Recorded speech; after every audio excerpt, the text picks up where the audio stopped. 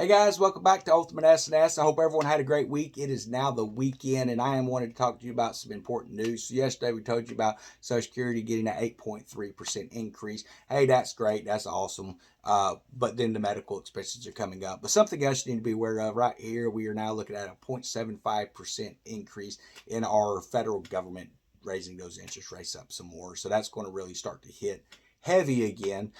So something else you need to be aware of is even though they are saying, well, this is really going to help stabilize the economy, their own analysts are telling them, don't do this because this is going to destabilize everything. Let's put that up there for you guys. I think it's important that we realize there is a goal here. There is something that is happening in the world, and it's not just in this country, it's all around the world. It is a situation where they want to depopulate this planet down to a, the a more manageable size, I guess is what the goal is.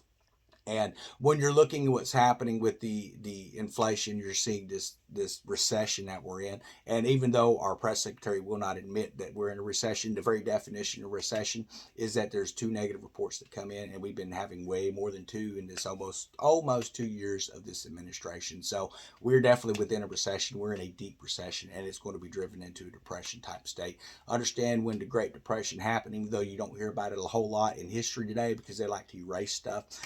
They was that people dying off not by 10 or 15. We're talking about thousands and tens of thousands of people died off in that depression state, and that's what they're looking at doing, is just depopulating this planet, I believe.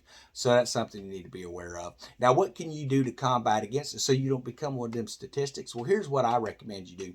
You get as much food as you can. You go to the store, you start buying food, you stockpile food, you stockpile supplies. But not just that, you need to get your own sustainability going. So what we got here is we have our little fall garden going. We've got our straight neck squash coming in. As you can see, it's really starting to produce pretty good. And then we have our winter squash, and those plants are just about ready to start budding out, start producing fruit too. So that's going to be great for us here this winter.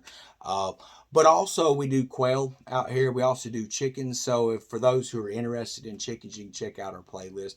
But the three that we hatched out here, it's been about 4.5 weeks or so, getting close to 5 now. I think it'll be 5 tomorrow, actually. But they are fully feathered now. So what we've done is we took and we moved them out to our mobile coop. It's not supposed to drop below 50s at night now, so they should be good. But we do have a backup battery pack heater inside there for them chicks just in case it's needed. It's got nice dry straw stuffed inside their little housing, so they should be fine. But we'll keep an eye on them just to make sure. Then we also have 5 eggs that should be hatching any moment within the next couple of days. So they should start hatching out. That's going to give us more chicks. So we're raising our own food. We're bringing up where we're going to be fertilizing. If you notice where these chicks are located up here, guys, we'll put that video up here for you.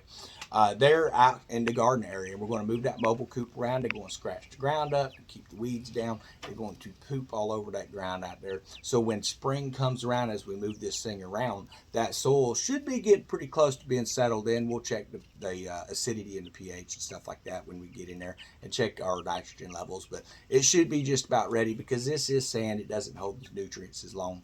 It should be ready come spring to start our planting. And then we don't have to sit there and deal with quail manure all the time because we have our source actually in the ground. So that's going to save me some steps out there with the composting and stuff.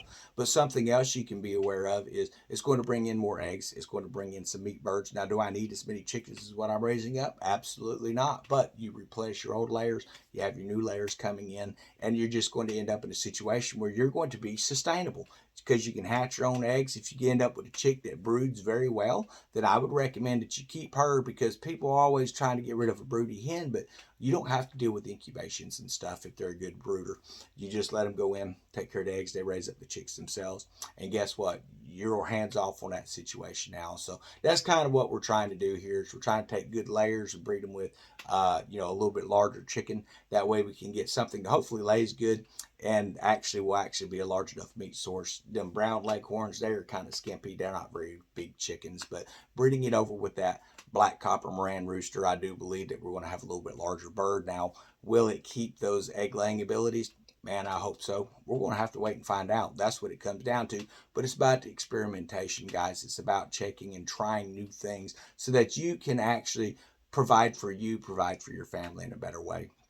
And if you have your gardens going, you have you some livestock and stuff, that's a great source. Now I understand not everybody has a yard where they can come, or maybe you don't live in an area where you're out, in the county, away from the city and stuff, and you're kind of out in the boonies like we are here.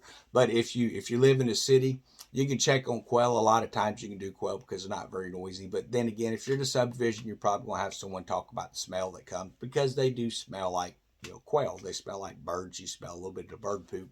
Not a whole lot of smell compared to chickens, but there is some. So that's something you need to be aware of. But I hope everyone's having a great time. I hope you are getting your food stockpiled, man. When I went to the store yesterday, prices were through the roof. It was just insane. Every time I go into the store, I try to brace myself, because I'm like, okay, I know the price is going to be more than what they were 3 weeks when I was here last. So you go in, you see, and stuff is doubling in price. On some of it's even tripling in price. So why is it going up so high? Well, understand that's that rate catching up from the summer. It's catching up. So these increases that we're seeing, and the ones they're talking about for the rest of the year and going into next year, by the time this administration ends, I don't even want to guess what a loaf of bread's going to cost. I'm guessing probably $8 or $9 is what it's going to end up looking like. But that's just my opinion, especially if this conflict continues overseas, guys, because that's where most of the grain comes that makes your breads and stuff. And one thing you're going to also notice, you're going to see increases in feed prices for those keeping chickens and stuff. I've seen about $1.50 on a 50-pound bag increase since the beginning of this year is what's happened. But it's still, like I say, we can graze out here in the yard a little bit with the bugs and stuff going around, and it's not too bad as far as they feed themselves for the most part. They do have that extra source of feed if they need it and choose to devour it, So, but again, man, get food. Don't stop prepping. Make sure you're ready, because this stuff is not going to slowly be like one day just come in and be like, oh, okay, so here it is. What we're seeing is it's rolling out every single day, more stuff rolling out every single day, and we're seeing it compound and compound and compound. You talk about compounding interest rates. That's what they're doing right now on the Fed. That's what you need to be aware of, and things are fixing to get ugly. Have a wonderful day.